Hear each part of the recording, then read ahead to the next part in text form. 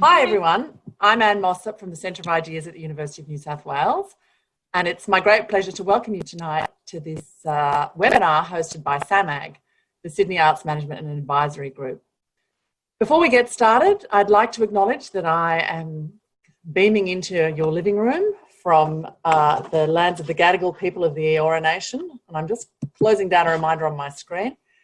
And I'd like to acknowledge the traditional owners of the land and pay my respects to their elders past and present, and acknowledge any Aboriginal and Torres Strait Islander people who are here with us tonight. Sydney Arts Management Advisory Group offers an annual program of events to share ideas and expertise with the arts and cultural sector. Obviously, like many programs of events, theirs has been disrupted by the current situation, and so they've refocused their program on a series of events online with bringing artists and arts workers together with cultural programmers and decision makers. And so this is the second in the series of events. The first, an event with Chris Keeley, the CEO of Create New South Wales, is now available from the SAMAG website, samag.org. So this is the second in the series of events, and we're delighted to have Councillor Jess Scully as our guest tonight.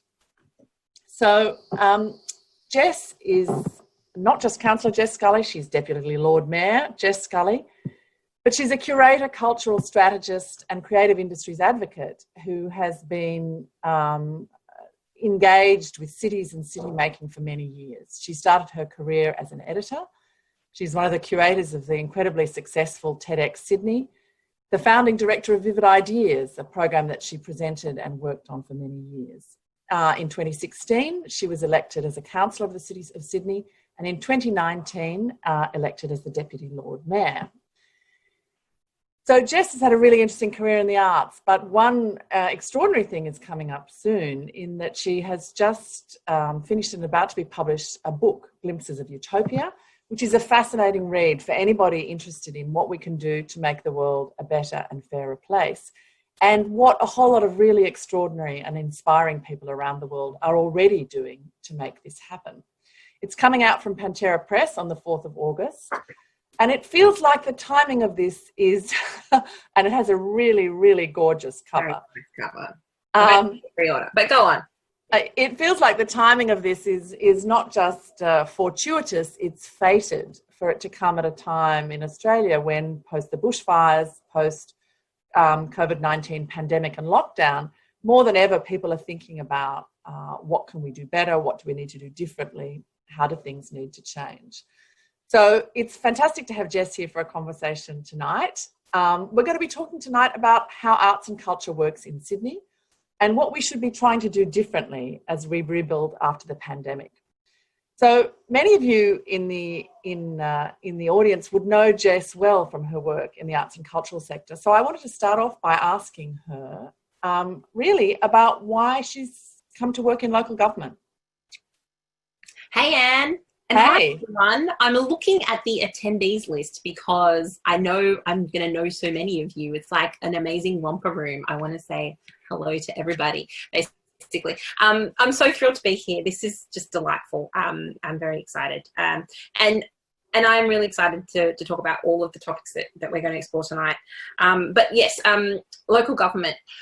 I don't know. I mean, it was something that I had always thought that I would be interested in because I love Sydney.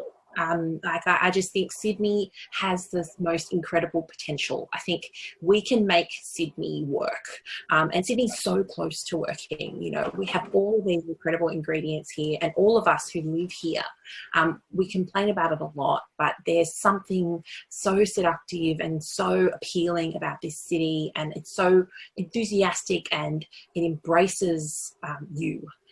I think. And so I love Sydney and I want to contribute to Sydney. And I also love cities. I think cities, you know, and Edward Glaser called them the engine of opportunity. You know, they're this place where you can find your tribe, where you can find yourself, you can connect with and nurture the things that matter to you. And so cities, I think, are the place where we're going to solve a lot of the problems that we're facing in this century, whether it's inequality or climate disruption, And so I wanted to be involved in city-based solutions.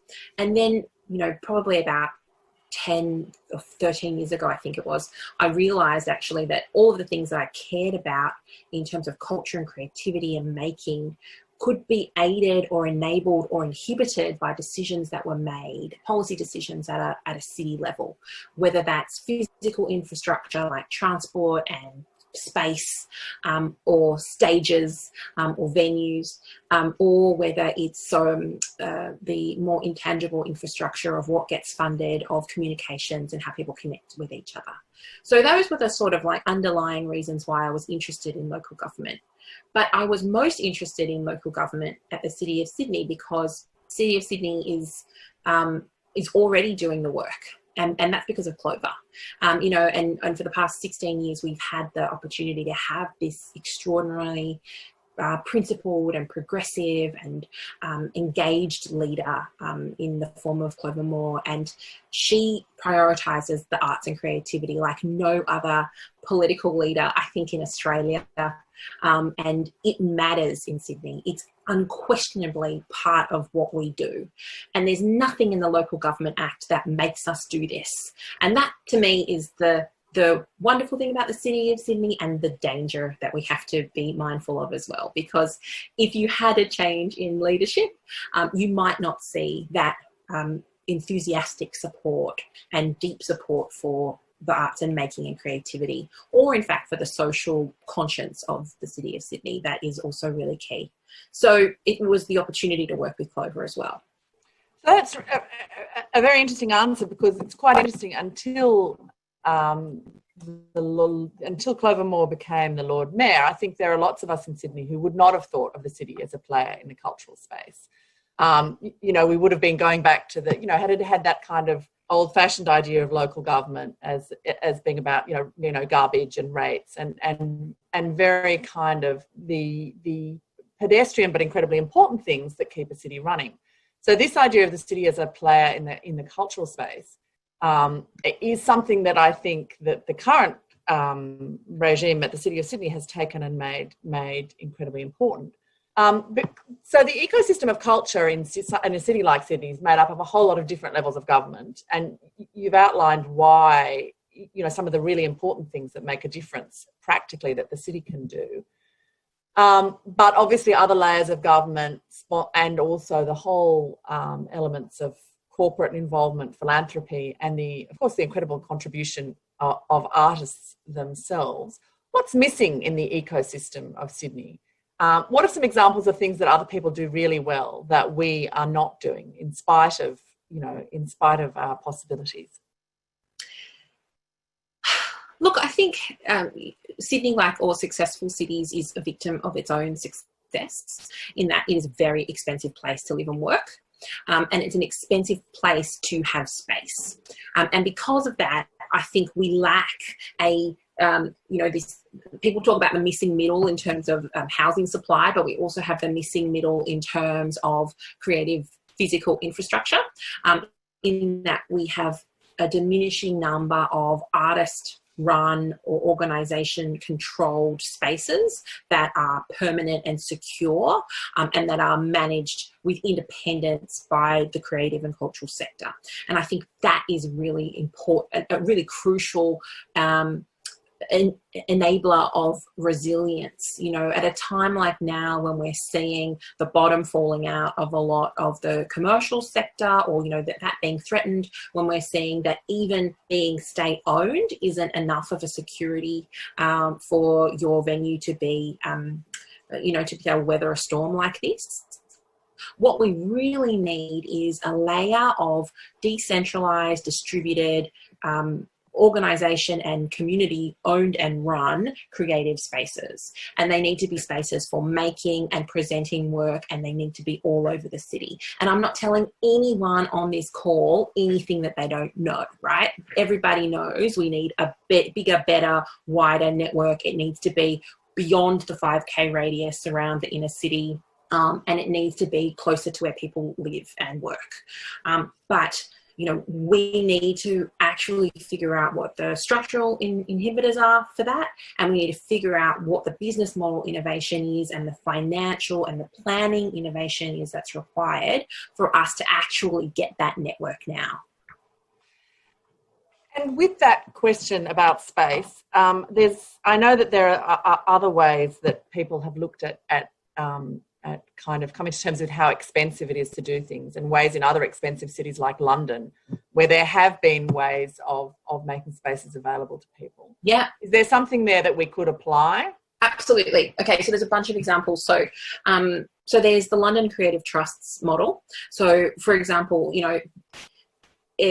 in the case of the London Creative Trust, it is partly coming from government, where there's sort of a government fund or foundation that can be then used to buy out creative spaces that are at risk, and to help sort of take them out of the market, and help them be managed and operated by a trust in perpetuity, with the goal being that they kept in the ecosystem.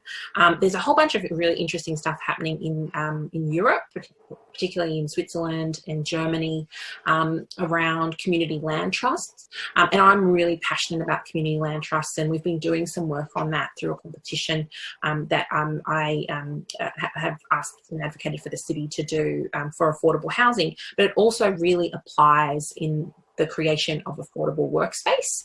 And in Europe in particular, they connect with ethical banks. And I think ethical finance and impact finance is another really important relationship we need to build in the creative sector. There are a whole bunch of cooperative owned and run spaces. In Argentina, there's another example in my book about a place called Distrito Siete in Rosario in Argentina, which is basically a place where creative practitioners got together and bought the first cinema of the city, the first performance space as well, that was about to be turned into a parking garage, and they created a cooperative that includes everyone from the cleaners and security guards to the performers who use that space. It's a nightclub, between after 11 p.m. It's a studio space during the day. It's a place where they run workshops, during the week. And it's a great model as well. There are models like this all over the world. I know that there are some in Toronto that are really worth exploring as well. I've compiled some of these in the book, but there's a lot we can learn from. The kind of vision that you have for the arts as stretching out in this decentralised, democratised, artist-led way is very different to the kind of vision that has, in recent decades, in recent years, comes from the kind of the government funders of the arts, which has all been about resourcing what are seen as world-class companies to do their thing, and really about a certain professionalisation of a sort of a layer of our arts industry. We've seen today the New South Wales government come out with a package of support for the arts. Do you have any sense about whether that might be going to the usual suspects, to that sector which is relatively well supported, or whether it might be going more broadly? Oh, look, we kind of have a track record on that, in New South Wales and Australia, and like being focused on excellence in the sense, like this kind of absurd notion that happens in this vacuum and people are born spring fully formed and excellent, and they're up there in the canopy, and we have no sense that there are these roots that need to be watered, and that you have to actually create a pathway to development for people. It's so short-sighted, and it just doesn't. No one would do it for AFL, or it's so silly. I should drink. I should not have mentioned sport this early in the conversation. But anyway, look, I'm not optimistic about who will get the support. And you know what? To be fair, those big companies, they have big overheads because they're forced. And they employ lots of they employ lots of people, and they're important and they have too. all kinds. No, of course. They're doing work, but look, my conception of it is that actually you need to have an ecosystem in which those big players are providing the canopy that nurtures the rainforest below, I guess, to push the metaphor, right?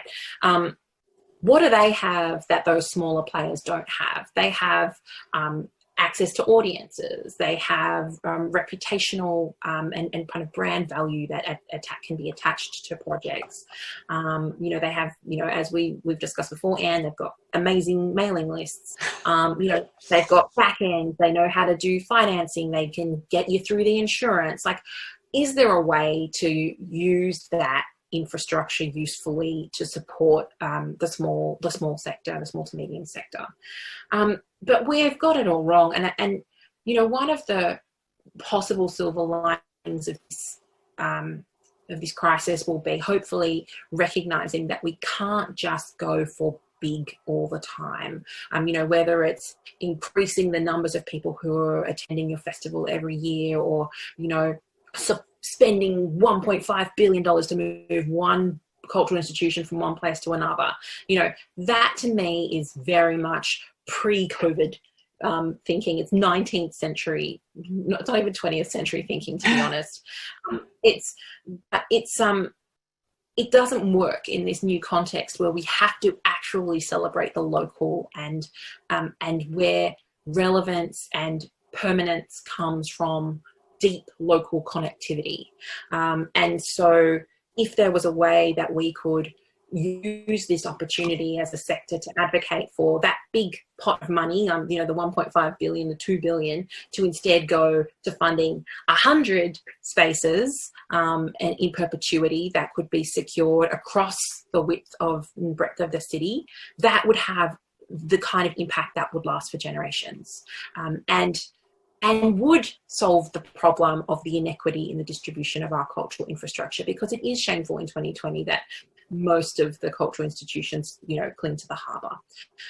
But there are better ways to solve that problem than thinking that we have to go blockbuster to solve everything. Like, that's not, that we're going to have to change the way that we measure success and the KPIs we set for our organisations so that we get different kinds of outcomes.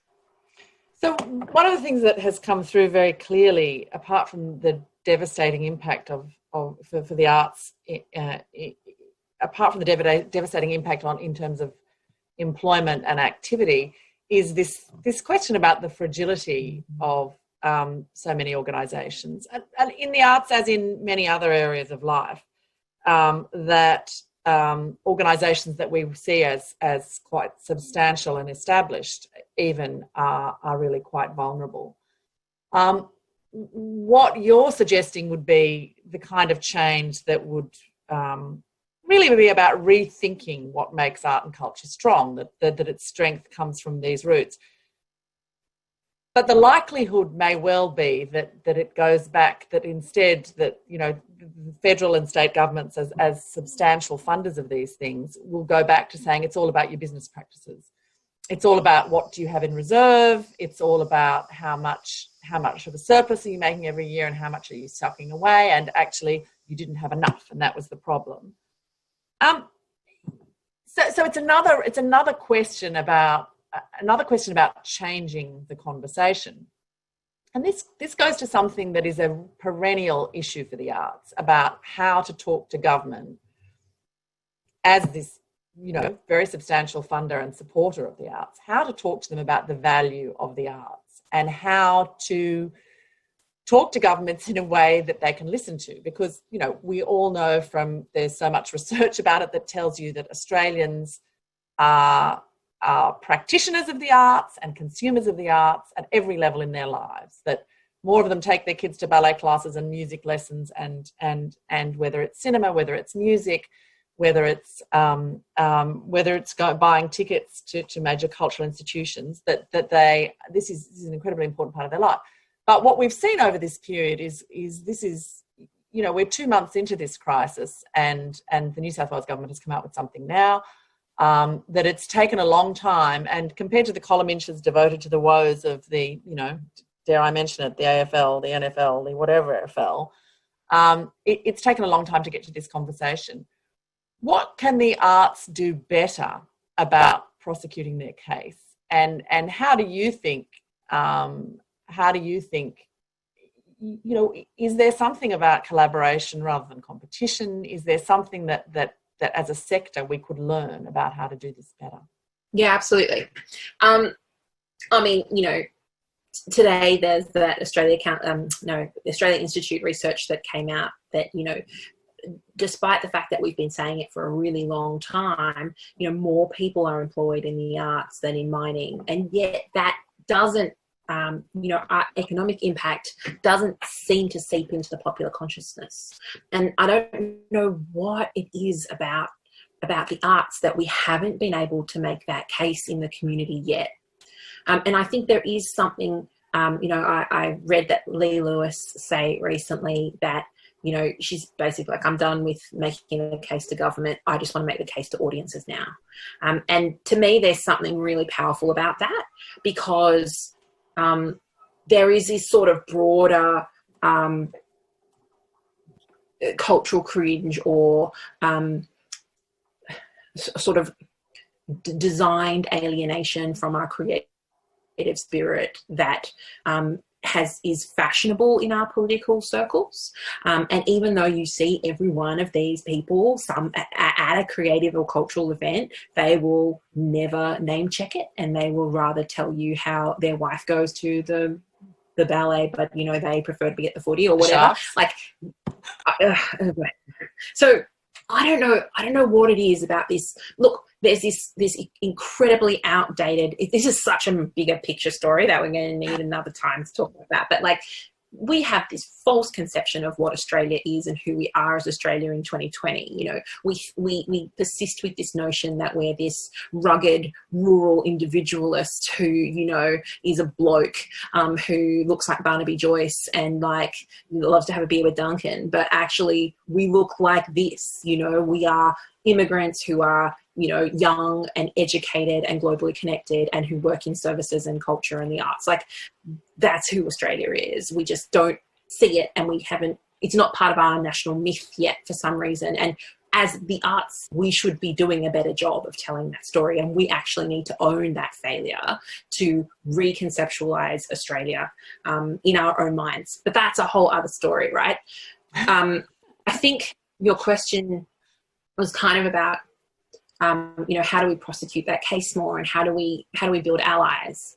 And I actually think, look, I hate going back to the economic argument, but if we want to make wins now, we need to build alliances with the other industries that are down and that appreciate our value.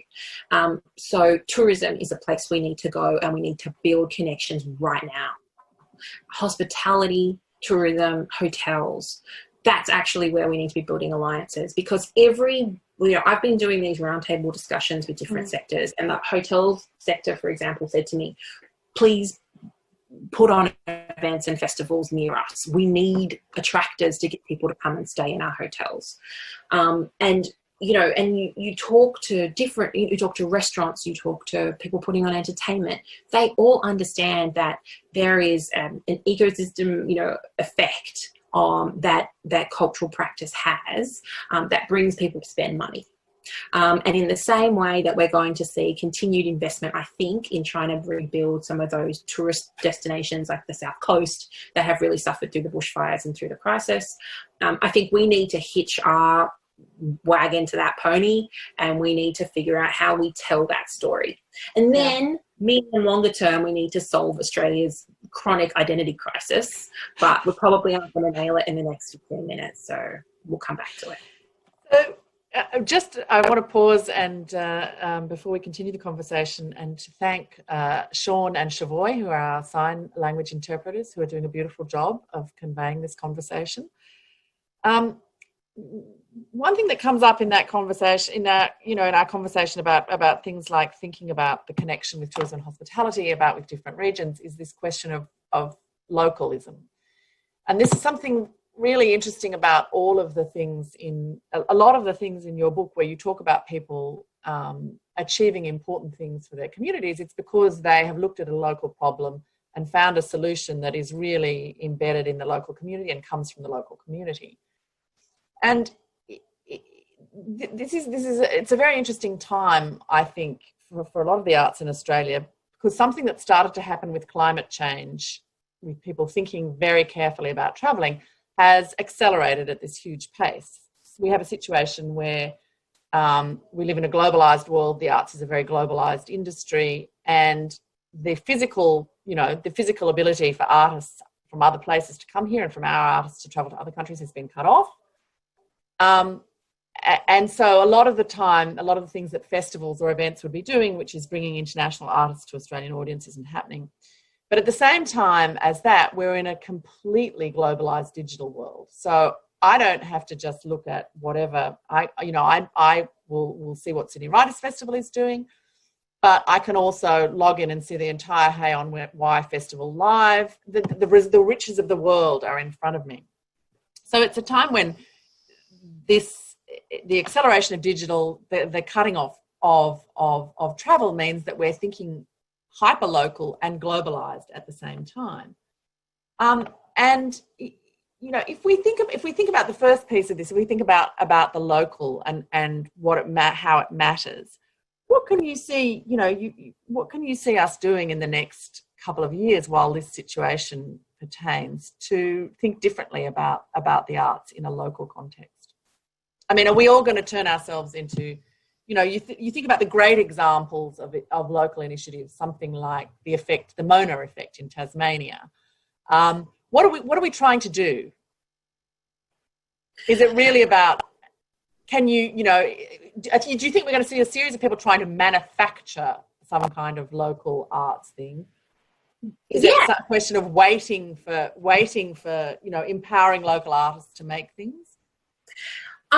Yes, and look, I think the example of the festival that Melbourne is putting on is a really good example. Let me just find the name of it.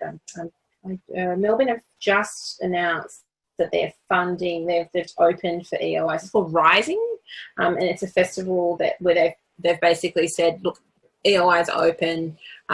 We want to have a festival for the recovery, and hit us up with your ideas. So I think that's a good place to start, is basically saying to people, we're going to come out of this at some point, and we want to see the work that you've made. And I think the funding that the city has allocated to the arts, so we had about $8 million of funding that was committed to specific projects last week, and a large percentage of that is going to creative fellowships, to cultural resilience, and to producing and presenting more work and shifting work online, as well as helping people present work in the after times. And there are some really exciting projects coming out of that. But I think the focus on the local and the focus on the physical, the return to the physical, is going to be really important, because yes, you can, in theory, access anything anywhere in the world, but I don't know about you guys, but I've been staring at this screen for about 6 hours already today. And I don't know if I want to go and stare at another screen for my evening. We're going to miss people, and I miss being in an audience, and I miss being in a place, and having the serendipitous discovery that you have through the arts and festivals and live experiences. And so that's not going to go away. And it's like the forbidden fruit now, so we want it even more, right? So I think the risk is that manufactured localism that you mentioned, this idea that we're going to start if we don't spend the money and do the work on local development and have things that are locally distinctive and interesting, then we are going to just get, versions of the same thing being paraded around like a, touring caravan. But nobody's going to travel for that. Like, we need to go back and I think it's a sign of insecurity that for so long we've relied on importing stories from elsewhere. And it's a wonderful thing now that we're going to have to start to appreciate our local stories, but it takes time and money and effort to develop those. And the companies that I think that do that work really well spend 2, 3, 4, 5 years in a community to bring stories and talent and nurture it out of a place. And that's what makes that work interesting and have, effects beyond just the work that's presented.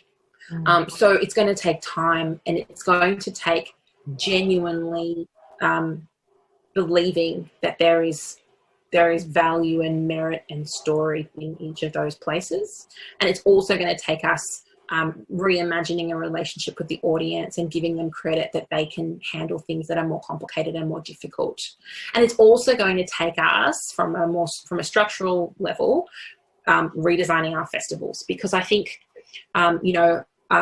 we have had this massive reliance on festival culture in Australia, and I get it because it's really much easier from a marketing perspective, and there's an urgency to it. It brings people together, and we have an incredible, talent pool of people who are good at putting these things on.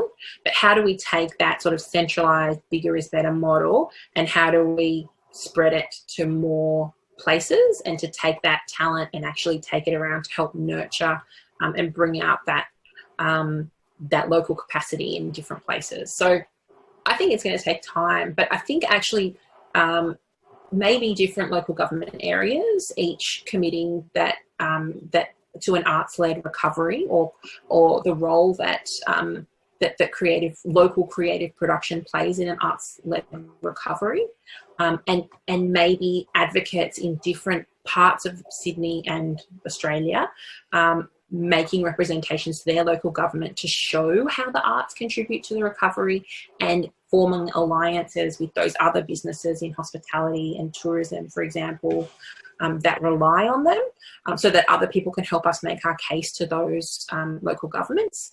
That could help. And I think also we have to reconceptualize what would make a festival successful, because for too long I think we've relied on this idea of, that sounds great, but can you do it in Parramatta? And I think it's really inauthentic, and people see through it, and it's not. It's unfair to Parramatta, and it's unfair to everyone. And always at the Parramatta, the city's bigger than that. So yeah, look, well, we have work to do. But before we go on with this conversation, we've got about 15 minutes left, and would love to have some questions from you. We've got a couple coming in on the Q&A.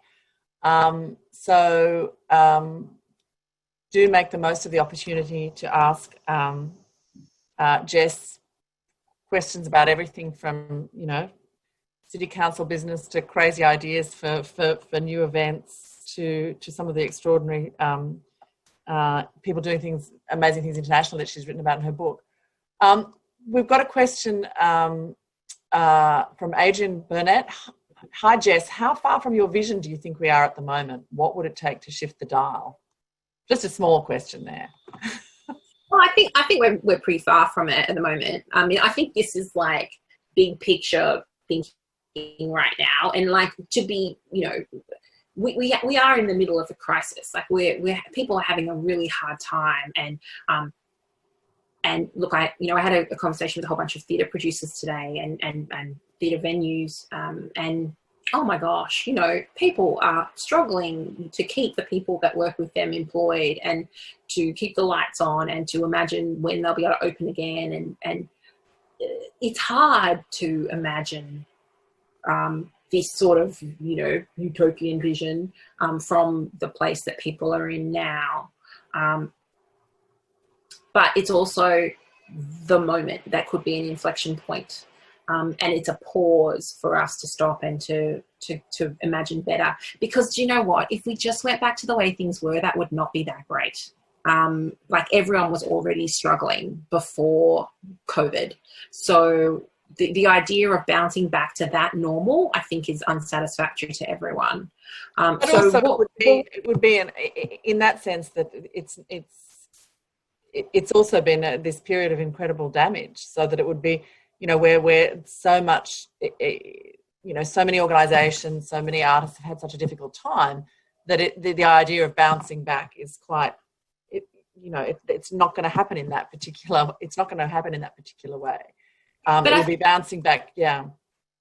And not everyone's going to be able to even bounce back, Yeah. So we're going to have we are going to have loss, and we're going to have disruption, but we need to imagine a future that we actually want together, and to know that there are great examples from elsewhere in the world, and to know that we're all hurting, because I think one of the downsides of this sort of meager and competitive atmosphere of arts support that we've had over my whole lifetime, it has been that we've pitted people against each other, and finally everybody's sinking at once. And so this is the moment to build a better boat, right? And so that's what I think we need to actually take this moment and imagine what we actually want, and then develop policy positions to get there, find new allies, and work towards it together. And also on that pathway, work out where the commercial opportunities are. And I just saw a question come through, or someone saying, tourism is totally dead though, and I can't see this bouncing back for 50 years. Yeah, but you know what? We are all sick of where we are. And people are desperate to go and travel. So when I say tourism, I mean Australian tourism, maybe Australian, New Zealand tourism, but it's really going to be about us. It's going to be like back in the day when it took you 6 months to get here on a boat, that's where we're going to be, I think, for a while. Yes. There's another question that's come in that's interesting, is about my biggest frustration I find when pushing for change is there's a lack of desire for change. At the moment, any talk other than we need more funding is being pushed down. How do you push past this? And I think in some ways in your answer you've illustrated this, which is that it takes a really kind of incorrigible optimism and to do that. And in some ways it's about generating moments of inspiration and optimism from people who've had a really tough time. Yeah, look, it's really hard because, people say we should fund the arts, but we should also fund schools and we should fund hospitals. And the should is not a winning argument, unfortunately. No, it also makes it feel like it's something dull and worthy. It makes it feel like homework. Yeah. We should have this, we should do that. But you know what? All of those companies as well that then went and developed their independence have suffered so much through this crisis too. And a lot of them have collapsed. And so, everybody has been well and truly hit by this, and this sector more than most. And but it is really hard from a place of damage and weakness to go beyond just that self-sufficiency mindset, which I think is a funding mindset. And I think if we're asking for funding, the funding we should be asking for is to develop our own infrastructure so that we can be independent, resilient, and self-sufficient, but not on our own, not self-sufficient on our own, self-sufficient in a networked way across different kinds of institutions, across the city, and in a way that allows us to share in a way we haven't done before, to actually share audiences and not to hoard audiences. This might have been an answer to this quite interesting question. Hi, Jess. If we could leave behind one really unhelpful practice in arts and cultural policy development, what would it be? So if we could get rid of some really unhelpful practice in cultural development, what would it be? Oh, I don't know. I mean, is it that question about effectively encouraging arts organisations to compete with each other? I think the competitive mindset is definitely up there. I think the export to the suburbs model is the other, just staging stuff in different parts of the city and thinking that's your audience development technique, or it's the way that you're going to get funding, because to be honest, it's politically the way that people have been able to get funding. I think that needs to go as well.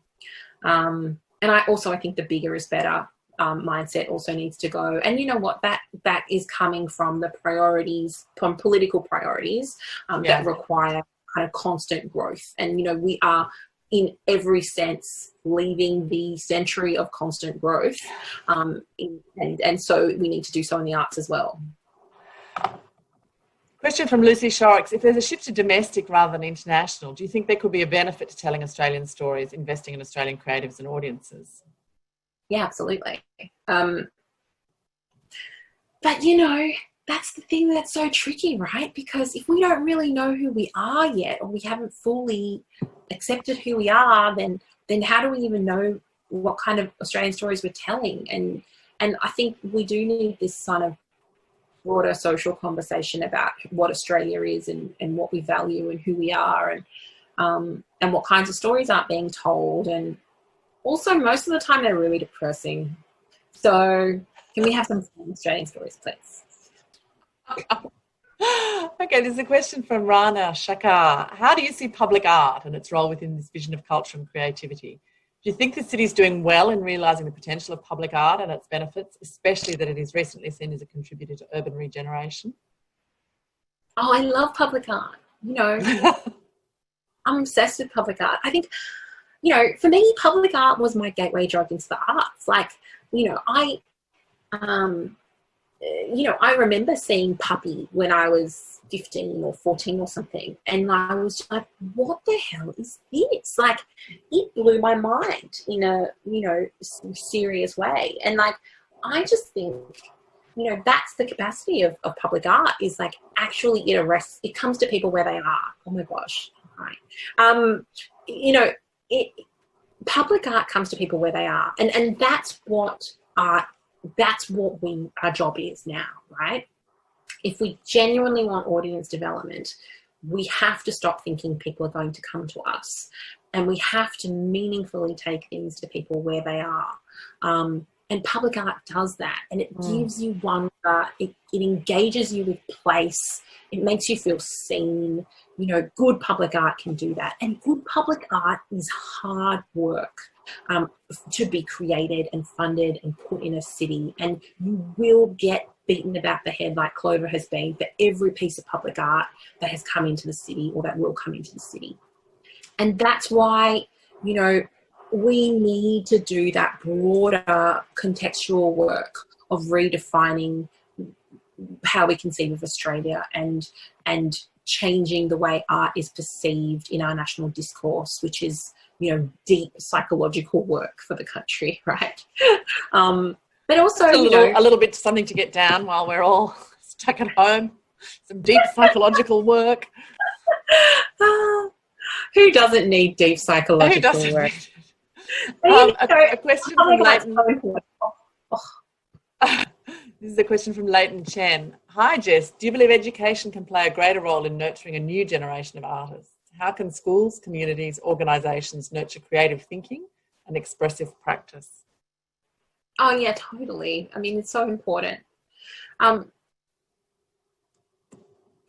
think, you know, one of the things that's been really lovely through the pandemic is seeing, I don't know if you guys have seen people on Instagram doing art classes for kids and things like that. One of my really good friends has been doing that in the UK, and, you know, every Wednesday it's called Ladyland Art Club. Look it up, it's fantastic.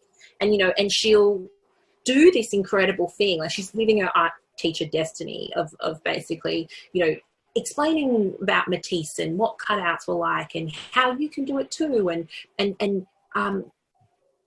there's something, the best part is when she reposts all the work that kids have made at home, learning from, you know, following her lessons.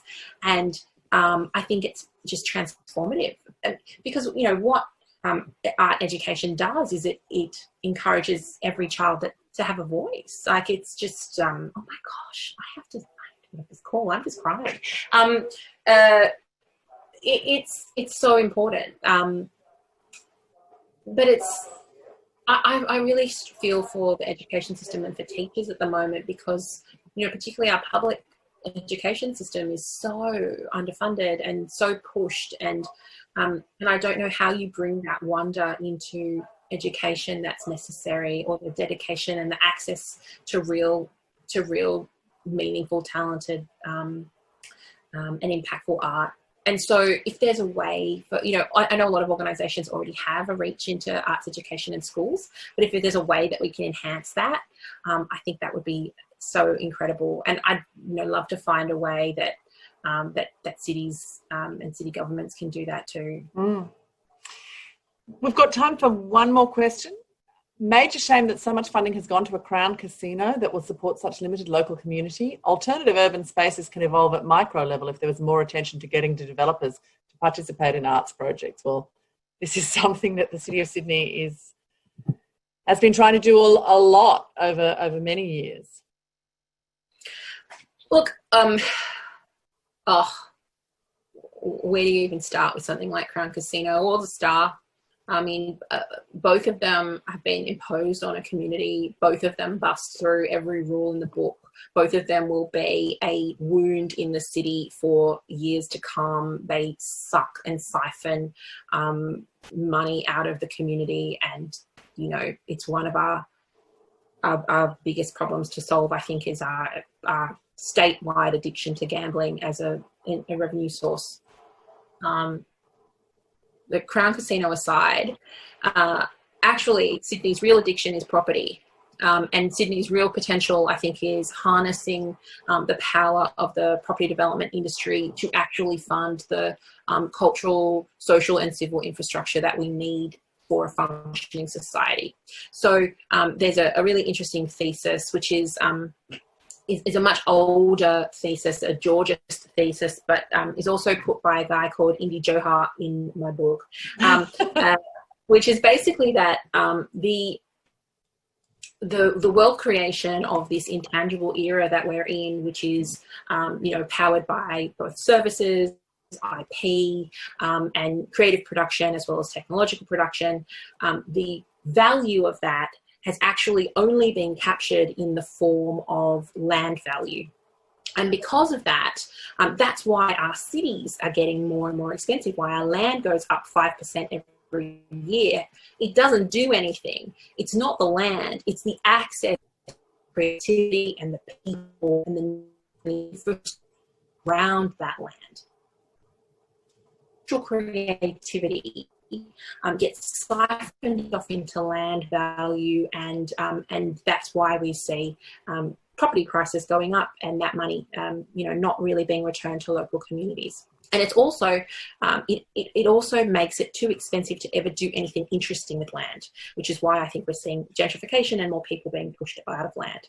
So what's proposed by Indy Johar that I write about in the book is a way of capturing the value that is created in land and turning and then pushing it into city endowments. So basically like venture capital funds for cities in order to fund the kind of activity that doesn't get funded by the market.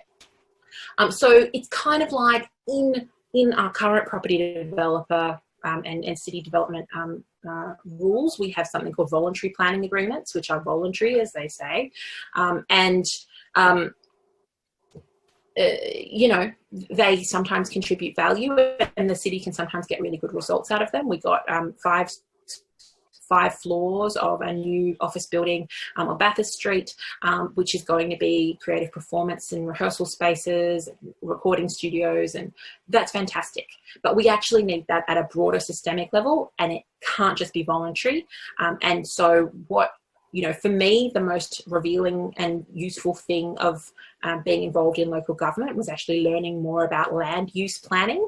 And I think if more creative practitioners and organisations could become knowledgeable and connected to people who are engaged in land use planning and who understand the planning system, that is a huge opportunity for us to make sure that the socially and culturally and creatively useful work that we do that has economic impact is actually funded because we contribute to those land values and those windfall gains by property developers and landowners, but we haven't claimed that back.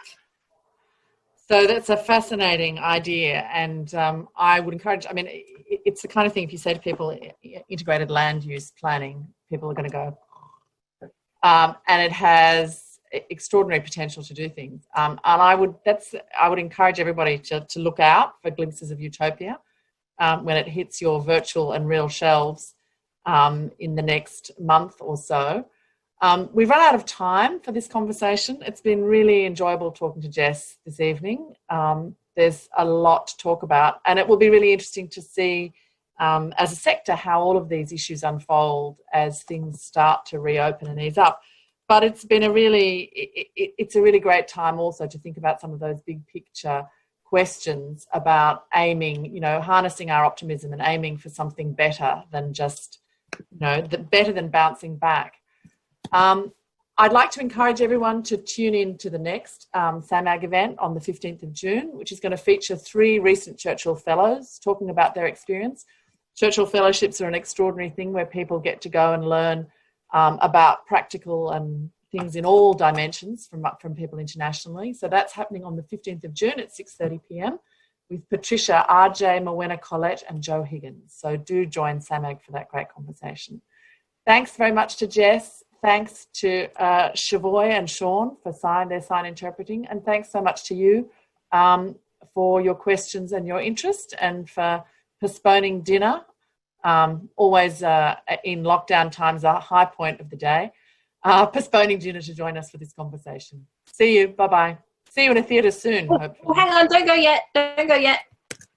I really want to give everyone this link. That's the book. Ha! Thanks so much, Anne. This has been a joy. No worries. See you soon. Bye. Bye.